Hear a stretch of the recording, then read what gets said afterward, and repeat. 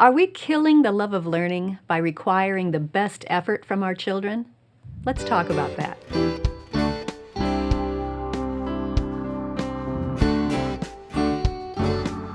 Welcome to the Simply Charlotte Mason podcast. I'm Sonya Schaefer. Today we want to dive into a question that we received, and here to help me discuss it is my friend and coworker, Laura Pitney. Laura, it's good to have you back. Thank you for having me. Here is the question we're going to discuss. I'm confused on how I expect my child's very best, once that can be expected, of course, and instilling a love of learning. I feel that by expecting the very best from my 10-year-old and 11-year-old son, it will kill their love of learning.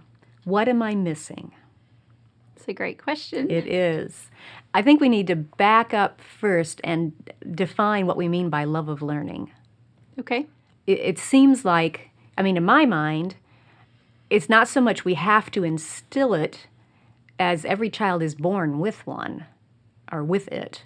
They have this innate sense of curiosity about everything around them, and we just have to be careful we don't squelch that.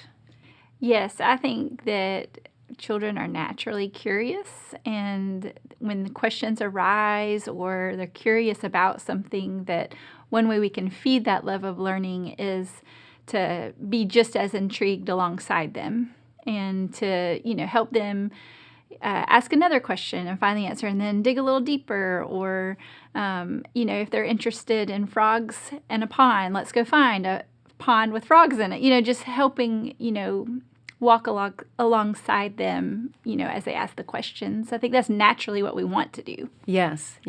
And sometimes that gets harder as they get older. Yes.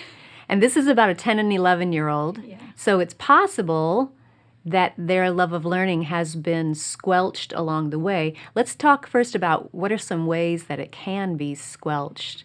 One of the ideas that comes to my mind is if they are in an atmosphere that was focused on just grades, just dry facts, competition, it got the focus off of the learning itself as a delight and on those other items. Yeah, it's almost like they were forced to conform on the outside, but not on the inside. And so that love of learning really does come from the heart. And so if they've come out of an environment that really just wanted the conformity of the outside student, of the performance or the behavior, that kind of thing, then, I can definitely see how that would feed into being a negative thing for a child.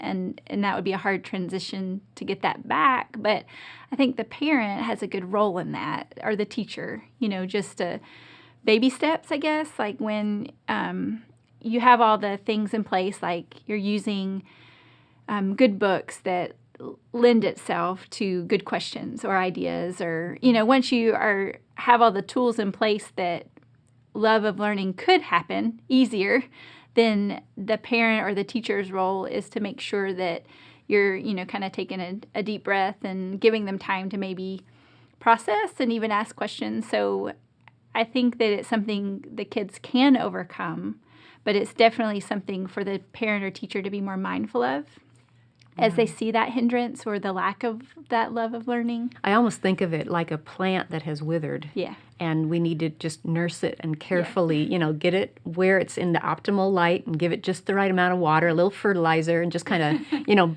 rekindle it, bring it back. Right. It's still there. Yeah, it's there. We just got to get it going again. Yeah. Another idea for rekindling it would be to make sure we're including a wide variety of subjects. Yeah. Because not every child is going to love handwriting. Correct. Not every child is going to love math. They'll have different areas that they love.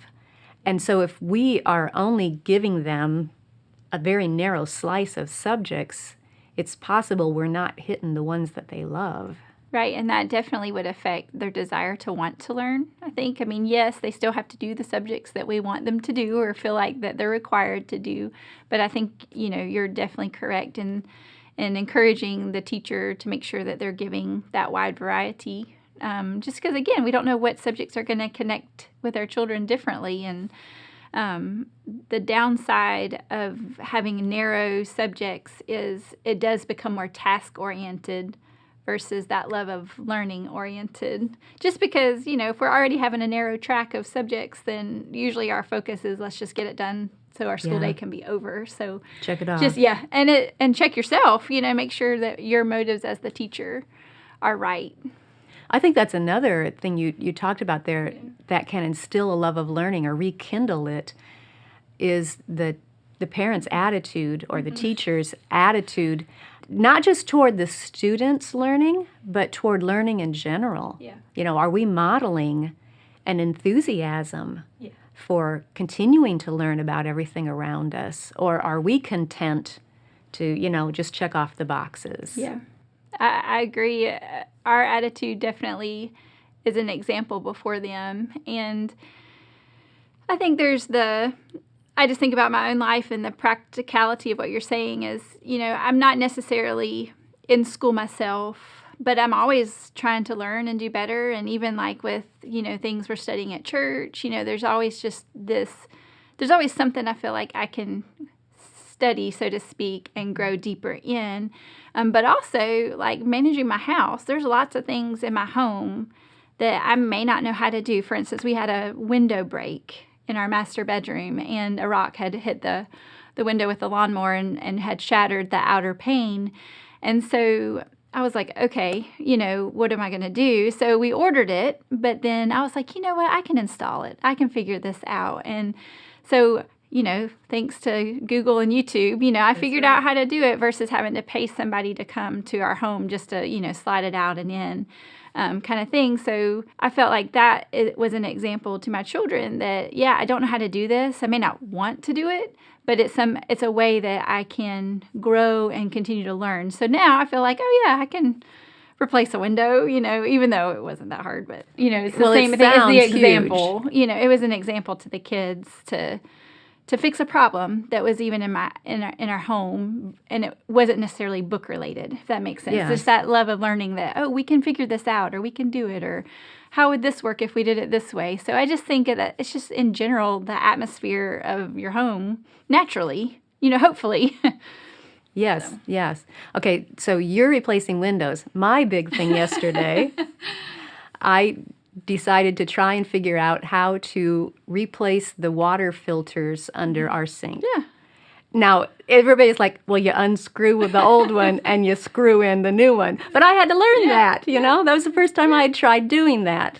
So I'll let the viewers judge which was the hardest task.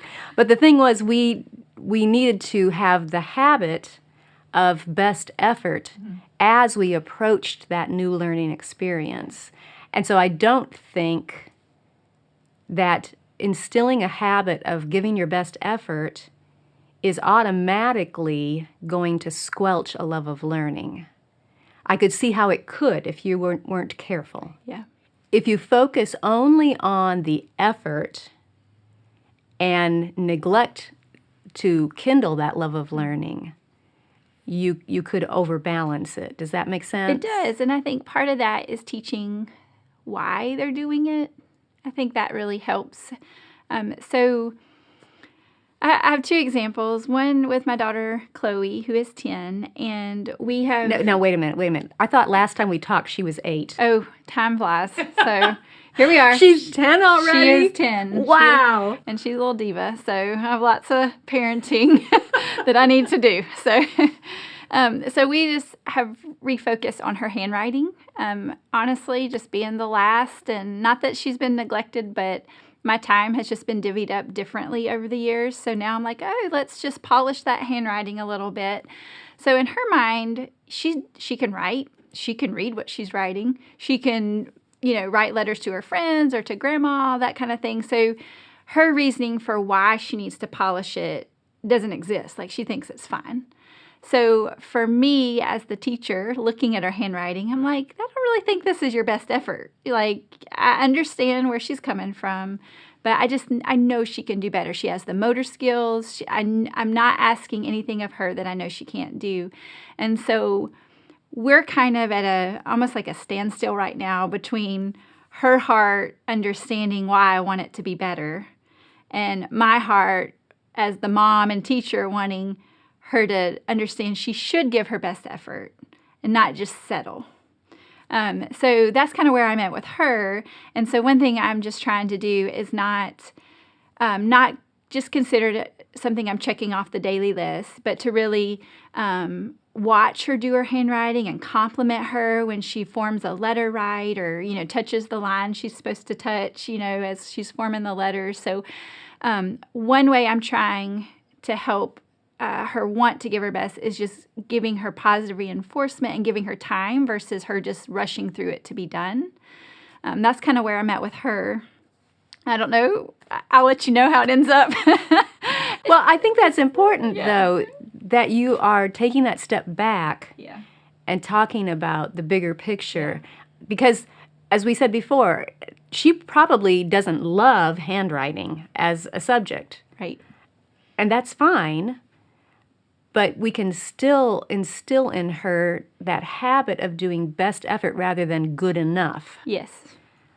And that should apply for all of our lives. It's an important skill to take into our adult lives.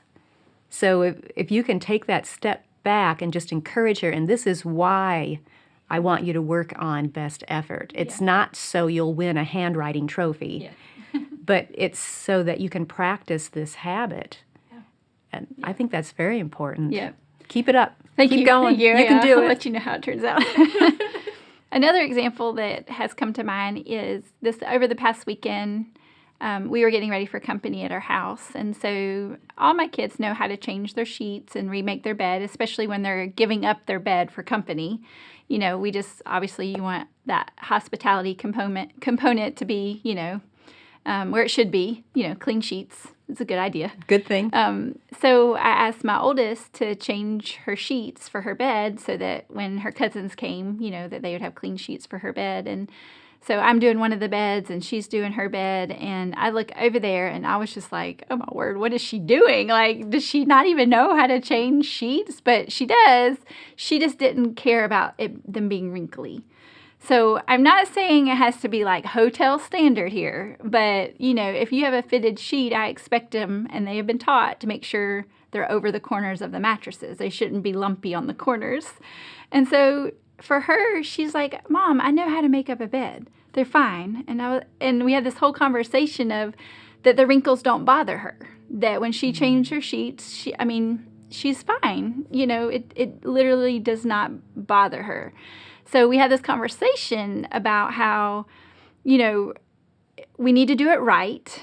And by not having the corners over the mattress, to me, isn't right. Because if you move around a lot in your sleep, the sheets are going to come off and you're going to be in a little burrito in your blankets, And then your guests are not feeling comfortable in your home. Right. And that's the motive that I tried to point out to her, that it wasn't what she was comfortable with and what she could care or not care about with her sheets, but what would best make our company feel comfortable. And so we just had this conversation. It was a great teaching, point that, our standard that may be good enough for ourselves, but is it the best for, the purpose we're doing it for, which in this case was for company. And usually if you have wrinkly sheets, you just tend to think they might be dirty if they're wrinkly or somebody else has already slept in it, Anyway, so again, that wasn't school related, but it was more of a heart issue and just something for her to process and think about.